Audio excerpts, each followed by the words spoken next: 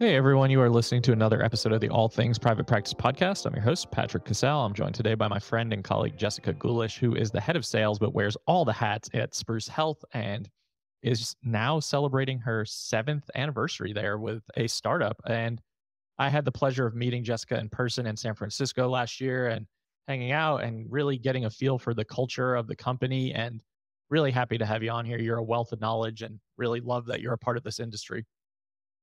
Thanks for having me. I love sharing and chatting about all things healthcare communication. Yeah, I mean, we also could do the episode on like where to eat and drink in California. That could be a thing. Absolutely. I love communicating about food and wine as well, and travel. See where this episode goes today. But for those of you listening and don't know who Spruce Health is in the mental health space, Jessica, why don't you tell us a little bit about what y'all do and why you do it? We are patient communications software. And what that entails is anything from your business phone number or even in-office phone system. And it's a modern phone system in that it's going to be all virtual, so cloud-based, so you can access it anywhere, making it really easy to be on the go or in multiple spaces.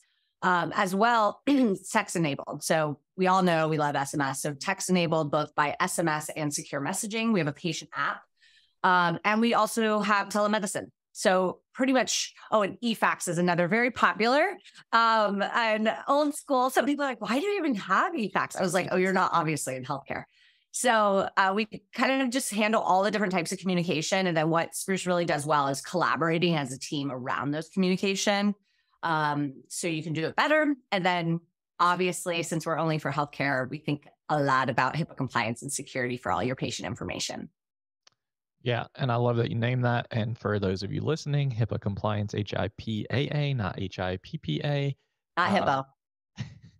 Just had Live Dalton from Person Centered Tech on here talking about HIPAA compliance. And I think we're going to take it in a different direction today, because a question that comes up a lot is the texting feature and functionality, not just of Spruce, but like, should I be texting my clients in general?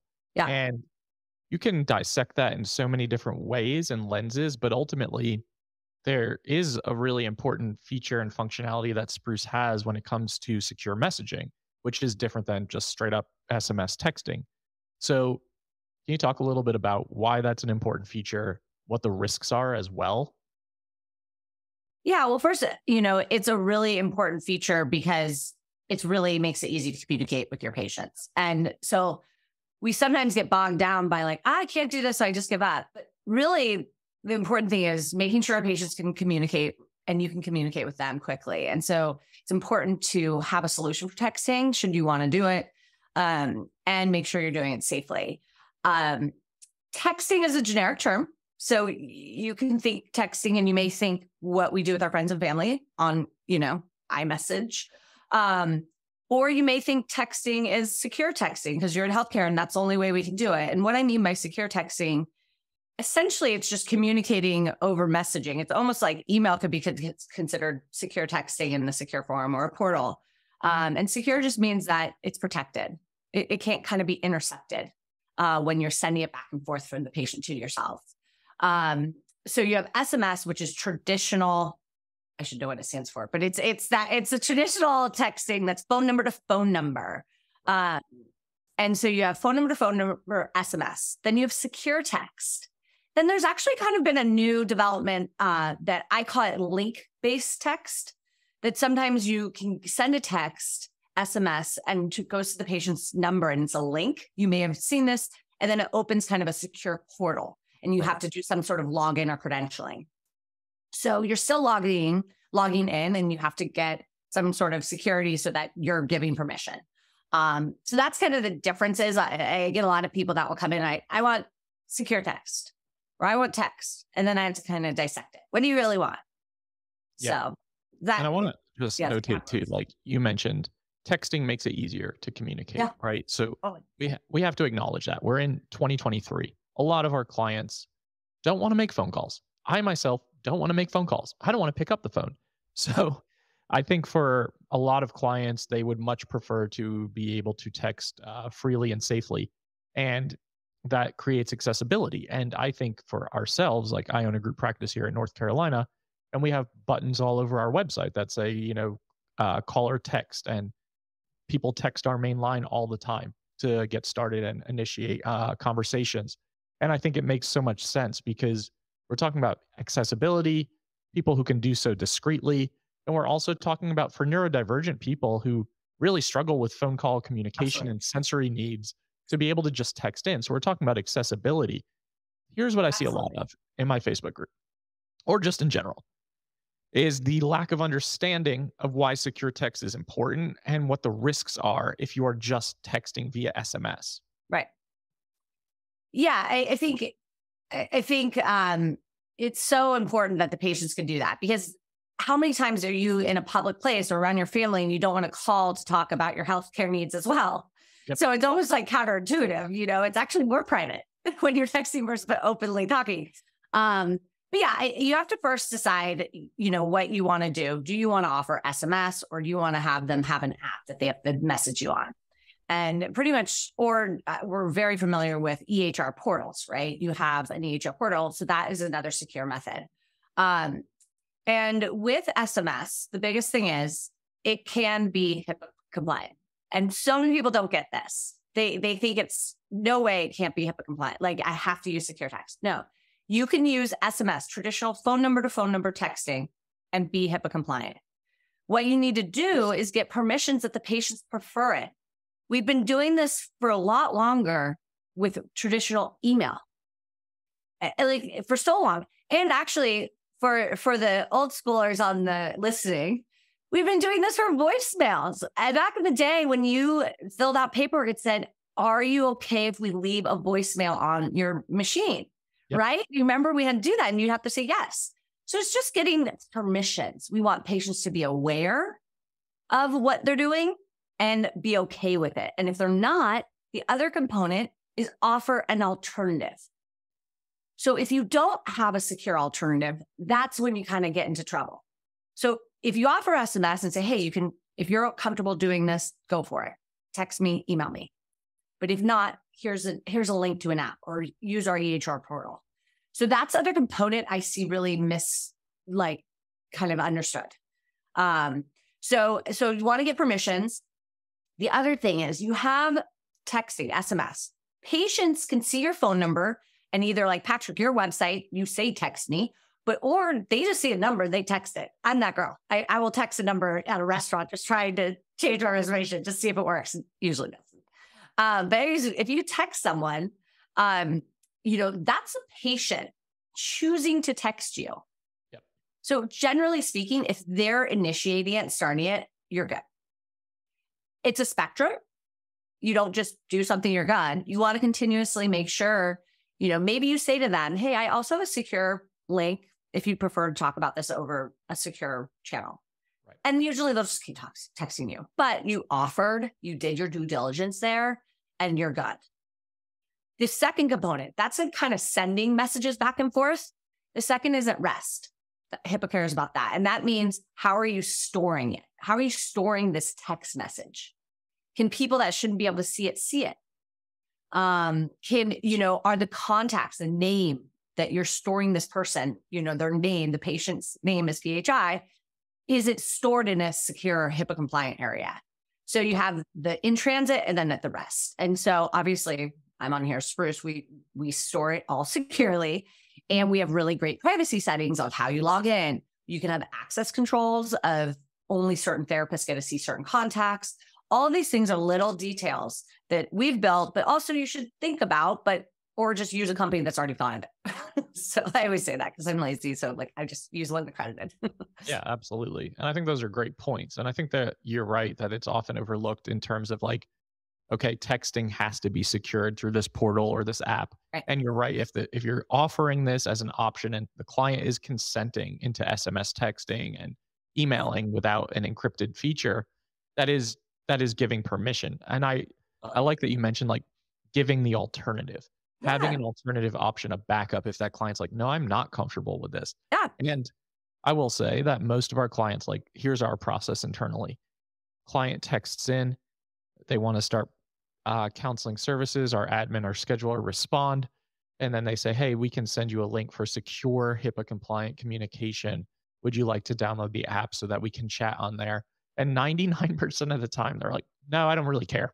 So it's Yeah. like doing your due diligence and making sure that you're offering that option and also Right. having it documented that you offered that option. I Right. think that's also really important. Right. And I love SMS, but there is also a place for the app. Yep. I do find it sometimes it's nice to have a place on my phone to go for my healthcare, right? Totally. And versus texting, you have to kind of scroll through, you got to look for it, you have to start a new one. I mean, it's continuous thread, so it's still convenient there. But sometimes there are offices, that they're like, no, we want everything to go through the app if possible. So they kind of do the default. It's like, download this app. And if they don't download the app, then they offer the SMS. So kind of like give the choices. It's also important as a practice, you can choose what you want to do in your practice. And so don't use a system that doesn't allow that, right? And we're talking about SMS. I also want to just make it clear that the SMS is your phone number as well. So the patients are calling and texting the same number. So you're seeing whether they called 3 times and you could just text them back real fast. So it's all very consolidated, which is important as well to have it all in one system first. So you're not missing. And then if they call or text, you see the right name because it's protected. So just can't forget about phone calls. They're still popular in a lot of offices. Totally. Yeah. Still popular. And there's still risk here. Like if you are not offering and opting into SMS texting and the client's agreeing to that, there is a lot of risk for data to be stolen or privacy to be leaked unintentionally via transmission. So I think that's really important to know that there are risks involved if you're not doing your due diligence and giving your clients options and kind of highlighting the risks for them as well. Right. I wanted to also touch on just texting, not just healthcare texting, if that's okay. Yeah, SMS cool. regulations. So another thing, so in healthcare, we're used to saying are you okay with email? Are you okay with SMS? Right. But if you've ever given your phone number out in any business saying you're okay with texting, non-healthcare related, you've probably said I'm okay with texting, right? Traditional rates apply or some kind of thing like that. That is all texting businesses. It's not just non-healthcare. Healthcare also is just regulated by SMS. So as consumers, I'm sure everyone listening has gotten a spam text. Spam calling, obviously, we all have gotten that, but spam texting is kind of the new spam calling. And they're good. I don't know about you, Patrick. I get some good ones that I almost fall for. The newest ones I've been seeing are hey, is this Joe or something? They make it so it's short. Have you gotten any of those? I do. Yeah. And you fall for them, and then you say your real name, and then I guess they can spam. Anyways, I could go on. So Jessica's falling for a lot of these spam texts. No, I am not falling for a lot. I just, sometimes I have to tell my mom, hey, mom, watch out for these ones. I'm getting them, and I always fall for them. But anyways, so it's a problem. And so the phone industry has come up with new regulations, and every business phone system now needs to be registered. So you need to have your tax ID, your EIN, and register your business to show you're a legitimate business and are allowed to text outbound. Outbound obviously is the concern, meaning you're texting people, could be spamming, right? Sure. So you have to register your business, and once it's approved, then you can send outbound text. But essentially now the regulation is you cannot send outbound text. You're going to be blocked by the major carriers if you're not a registered business, which is a huge benefit, right? So we're going to hopefully reduce the amount of spam texting, but you do have to put in some work. You have to register, and it goes, it's not, you're not going to be published anywhere. It's just that you're able to send outbound text. You can actually though opt out. So if you don't want to send outbound text, then you don't have to you can opt out, and then you don't have to do that component of the registry. There is another component that's phone calls too. So you don't get blocked as a spam call. So kind of new. I know, Patrick, you guys have already registered with Spruce. And I don't know if you've heard any twirling of this. Yeah, I was going to bring that up. So for those of you listening, some of you in my Facebook group have actually started to mention hey, did anyone see this this email notification or communication from Spruce about having to register your phone number, having to register with this database? And then some, to take it even further, have said certain words are starting to flag as spam or bot texts. So can you touch upon that? Yeah. So the keyword blocking essentially was happening earlier. It was, I don't exactly know if it was exactly related, but it was the first way to regulate spam text, right? It makes sense. Pick a keyword, block anything that has those keywords. Well, we quickly became part of this because a lot of the keywords you say in medicine are legit. They're not trying to sell you something, or, so cannabis, marijuana, some of the medications even. So we worked with our carrier partner to say like, hey, we're in healthcare. These are okay. And on top of it, like there's regulations, but we also have a product and we need to at, mass scale, figure out how are we going to safely and easily notify our customers that this was blocked and why and what they can do. And that process is not easy. We have to build that. So we've had to really stop a lot and build everything for these new SMS regulations for the blocking of numbers. But generally speaking, you should see your carrier, your phone service provider like Spruce should tell you why it's getting blocked. And if you just can't use that term, or if, we need to do something extra to register your number again, something, I'm not again, but if something we can look more into it, but it should tell you what the reason is. Early on, it was a little chaotic, right? Because we're just getting regulated. We don't know in advance. So, so hopefully it should be fixed and it shouldn't be happening. Or you have to use alternative words. And we're, of course, happy to work with anyone that's having that issue. But this is not just Spruce. This is everywhere. Everywhere. If you own a business, this is just regulation that's probably becoming newer information for you, especially if you're a newer business owner, or right. These regulations are starting to hit healthcare especially hard. Then it makes sense why you're going to start seeing them and questioning, hey, I've never seen this before. What the hell is happening here? Exactly. Yeah, we're doing our best to communicate as much as we can about it as it's updated, but it is for the best, right? It's going to reduce overall spamming. It's going to make sure text messages that need to get through. Yeah. And that, it's just bizarre. Some systems aren't telling you it wasn't delivered. So, and same with calls. You're going to see call blocking as well. I believe the date kind of keeps moving, but I think it's in August that they're going to start really regulating. So perfect. It's July. To make sure you register. So yeah. So make sure you're registering for this and paying attention to this, no matter which platform you're using, whether it's Spruce or anything else. Mm-hmm. Yep. It's everybody. So make sure you've done that. And, we've been communicating, so everybody should have done it pretty much at our company. So you're a small company. You mentioned to me that you're 33 people now, which is significantly larger than when I met you last August. Yeah. But that does mean that there are growing pains, right? So that communication can sometimes be misconstrued, that things can fall through the cracks as you start to figure out your processes. So I think that it's important for people to know that when you're working with a company that's smaller in nature, you get more personalized care, you get more intentionality, you get more thoughtfulness than working with a big conglomeration. And you also have to give some grace in terms of like the services that you're using and vice versa as things get rolled out and things get beta tested as well. So I just want to say that because I personally don't like to ever promote brands or companies that I don't believe in. And I definitely believe in what y'all are doing because I've met you personally. We've had a lot of conversations. I've met a lot of the staff. And it's very clear that you all care about not just the mental health space, but the medical and space as well, and really trying to help providers grow their practices and businesses in a way that makes sense, that's efficient, that cuts down on certain tasks that you don't need to do, to really improve your processes, to protect your client information, to improve communication. And I think that's really valuable. Yeah, we all feel very passionately about making sure patients can communicate to their providers, their healthcare professionals in a manageable way.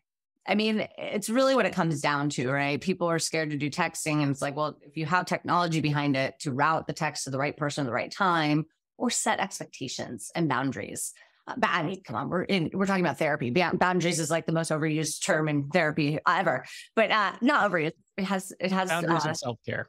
Yes. And so, yeah, it's all good. Spruce, we've done a lot of webinars on things like this, making sure to take care of yourself, because then you can't take care of your patients. But yeah, we really are thoughtful about adding features when we can fully add them in a way that's easy. It's cross-platform. It's going to work across different specialties. I mean, we have to have a very flexible platform if we work with a solo therapist, a solo acupuncturist, to a 50-person clinical internal med office. So we're still focused on independent practitioners, small business, or SMB, as they say.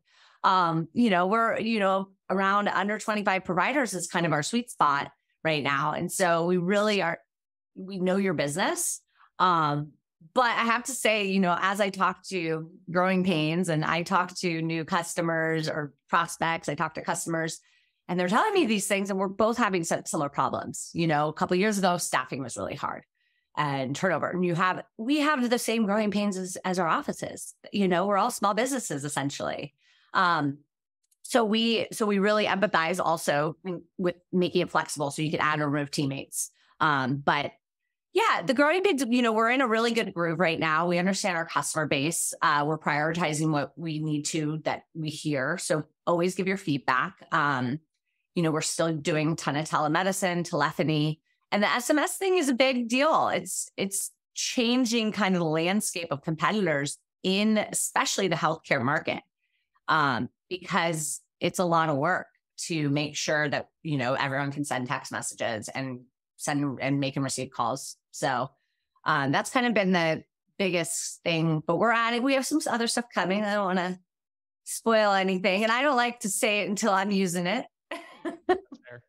I will say though that your telehealth platform is outstanding, and that is a caveat. If you do want to use Spruce's telehealth platform, the client does have to download the app for secure communication, and it just ensures that there's a protected and encrypted telehealth call that can be made between both of your accounts. And we often default to it when our telehealth EHR system goes down, because it's just so much easier and it's so flawless. So I really want to give you a big shout out on that, because it really is a wonderful resource. There are lots of things you can do with Spruce that people probably don't know. You came on and did a Facebook Live in my group, and I was like, oh shit, you can do all these things. Like, I've been the one promoting this and I don't even know this. Like, schedule send messages, auto responses, collecting payments, all the things that you can do to just really optimize your workflow and take away some of the admin responsibilities to just make your lives easier behind the scenes are so important. Yeah. Well, you mentioned telemedicine. First, a little shout out. We are the top rated, easiest to use telemedicine app in G2, which is like a software. So although you do have to download the app, once you're in there, it's so easy. The connection's really great. You can be on web or your app. But the other not as popular telemedicine thing that we do that I think you know about, but maybe not. We call them Spruce visits, and they're asynchronous questionnaires, and we have them across all specialties. So primary care, dermatology, pediatrics, but some of the ones that we've been seeing a huge increase in using are our mental health exams. So GAT7, PHQ-9, and the patient can fill it out, the questionnaire on the mobile app, Spruce mobile app. What I like about it is they can fill it out privately. You're not like looking at them and asking them if they've had suicidal thoughts, right? This is just, you're going to probably get a little bit more honest answers when someone's answering it themselves. Totally. And so then they fill it out and then it arrives to you as a PDF and you can put it into the chart. So the asynchronous telemedicine is still something that I don't think has completely had its day yet. Filling out a questionnaire about, versus taking time for you to ask those questions manually, it's just an efficient model. And so we still feel passionately about that. Ideally, we'd love one day to have those be custom so you can make intake forms, but it's just not where we're at today. Right. So the asynchronous questions or the Spruce visits or the other telemedicine thing I love. And then you also mentioned something else. Oh, the features. Yeah, I always say go click around in any software, from one software person to non-software people out there. Go through your settings, top to bottom. Click through every one. You can't break it. And you may discover things that you didn't know you could customize. Like we just added dark mode. Pretty cool for those that like it. I'm not a dark mode person, but I know there's a lot of people that like to switch their application to be dark. So, there's little features in there that you can always, in any software. Like I'm a nerd and I do that. I go through it. I love going through, but that's fine. I love it. I mean, I think and I appreciate the responsiveness to feedback as well. Like, Yes. you all really take it very seriously about who you're supporting and what their needs are. And I think that's really important when you're trying to grow a company or a startup and really ensure that the values align with the people you're trying to help. For sure. We really try and get feedback, and we post all feedback. So everybody from marketing to engineering to support sees what a customer said. And if anything's like weird, we're like, wait, we have that, or, let's think about that. That's easy, or we can't do that. It's too complicated. But we always file it, and it's there, and we know, and we all get together and we try and prioritize what we've heard the most of and what's going to make the most impactful difference to our customers and for potential new customers. And it's always interesting. I mean, our engineering team built this product. So for them to hear feedback, because they don't get to talk, like I get to talk to everyone, and, like you tell me you love our video platform. Like the people that built that don't get to hear that every day. So that's also why we post. We post the good and the bad, so they can all hear it and they can make adjustments and feel proud. We're all very proud of what we built and support. And I think you should be, honestly. And again, just knowing that there are these options out there for those of you who are like, oh, I'm using Google Voice without a BAA, and like all the things that you can get yourself into some hot water for. Like, I really do encourage you to make the investment into a platform where you're going to not only protect your client information, but you're also going to make your life easier. So if you can get telehealth, texting, and secured communication and an email address and a fax number all in one platform, that's pretty damn good to me. Absolutely. We use Spruce to support our customers, and the sales team, we use it for our own direct numbers, our sales number. So prospective clients always like text us. So we are using it and understand what's good and bad, and continue to tweak it so it's good. But honestly, like I can't even imagine doing my job without Spruce right now, because it's like an extra brain is what I always say. Like I don't have to think, did I call them back? Did I text them back? Did my colleague text them back? Like, oh no, it's all written right here. I didn't have to think about it. So for me, it's just, I didn't realize that added benefit that I would be using it so much at Spruce. Totally. I use it all the time. And I mean, I'm grateful there's a schedule send feature. That's my biggest friend, because like I'll have this idea or this thing that I need to communicate. And then I'm like, it's 1 a.m. I cannot send my therapist that right now, but I can schedule it for 9 a.m. tomorrow. Perfect. So that's also a lifesaver. I just want to say. I've been demoing for, 7 years. And speaking of like the engineering team built all these really cool features, and some took a lot of complexity, some less. The biggest crowd favorite, hands down, when I'm demoing, is the scheduled message. So to schedule a message for a later time. And it's so funny. I'm like, how doesn't regular phones have this yet? It's so convenient. And you don't want to like get into it with someone at like 6 o'clock or at 4:55. Right. Exactly. And so, but every time I see it, it's the reaction on the healthcare professional's face is like, oh. And I don't know, Patrick, if you use that, but I use the scheduled message send also as a reminders for me. So I'll do an internal note and I'll say like, Jesse, did they write back, or did the lab, like you can do like, did we get their response or something? And then have it scheduled to be sent in a week or 4 weeks, even in like 4 months. I'll say like, they want to add their teammates, so it's really helpful. It's a lifesaver. So there are so many helpful features and functionalities here. And again, I can't see or speak highly enough of what y'all are doing out there. And it's just really appreciated by the people who use your platforms. I hear nothing but positive feedback.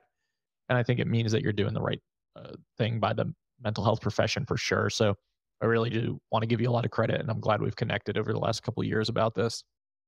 Yeah. And thank you for your support. We really do care. And we really want to help. So however we can continue to grow to support all the different communities out there. We do have a high percentage of mental health, but we also support, internal med specialists.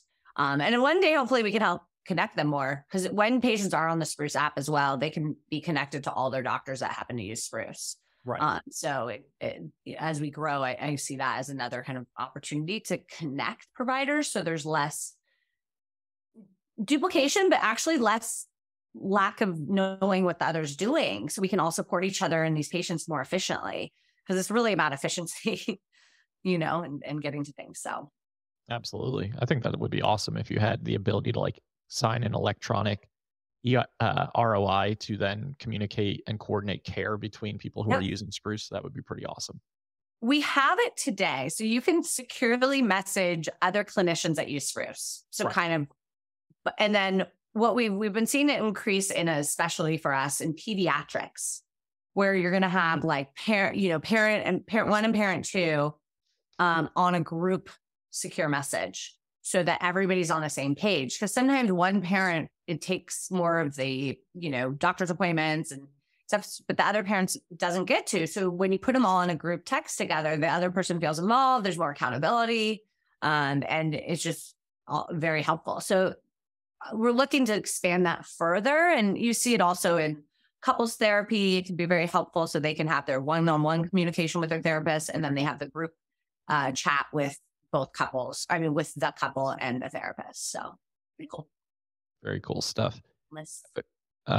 While we're wrapping up, do you want to offer the audience any tips or strategies that come to mind? And please tell the audience where they can find what you have to offer so that they can start using Spruce as soon as today. Well, sprucehealth.com. That's the one. But, I think we have a lot of therapists it's a growing field. We're seeing a lot of growth in people that are either at a group practice or at a larger clinic, starting their own thing while they're doing, or shrinking. You have all these different things. And I think, just do your research, you can get a number really easily, and you can then start a business, and so Spruce allows you to do that and keep really good documentation. I also coach a lot of people on making sure to capture potential clients in Spruce. Someone that calls your practice or your clinic, that's a potential revenue source. Make sure to document it. You're going to forget. That's just so that's one other tip I'm going to just say is, don't forget the sales portion, and Spruce can be a lightweight CRM for you, and just capture all that data and do the work for you. sprucehealth.com. You can sign up for a free 2-week trial there. You get a number. You can also download it in the App Store, or just go to Spruce Health on your mobile phone and just get started. That's easy enough for everyone to remember, and that will all be in the show notes, so you have easy access to that information. Oh, and if you want to email me directly, you can just email sales@sprucehealth.com and email our team. Or if you download the app, we have messaging and app for you, just like you do with your clients. We'll have all of that information in the show notes so that you all have easy access to Jessica's information, so that you can easily find sprucehealth.com both on the website, on the App Store, and you can connect with Jessica, and she is willing to do demos or give trainings on how to use this feature and functionality and software. And it's really, really helpful to make you feel confident and comfortable. And also it just allows you to get your business up and running quicker than you would want it to, when you have to go through all the hoops of like, where do I find a fax? Where do I find a telehealth platform? Where do I find a phone number, etc.? How do I port my phone number over from Google Voice? They can do all of those things. So really, really helpful. Can't recommend them enough. To everyone listening to the All Things Private Practice podcast, new episodes are out every single Saturday on all major platforms and YouTube. Like, download, subscribe, and share. Doubt yourself. Do it anyway. And we'll see you next week. Thanks, Jessica. Thanks for having me.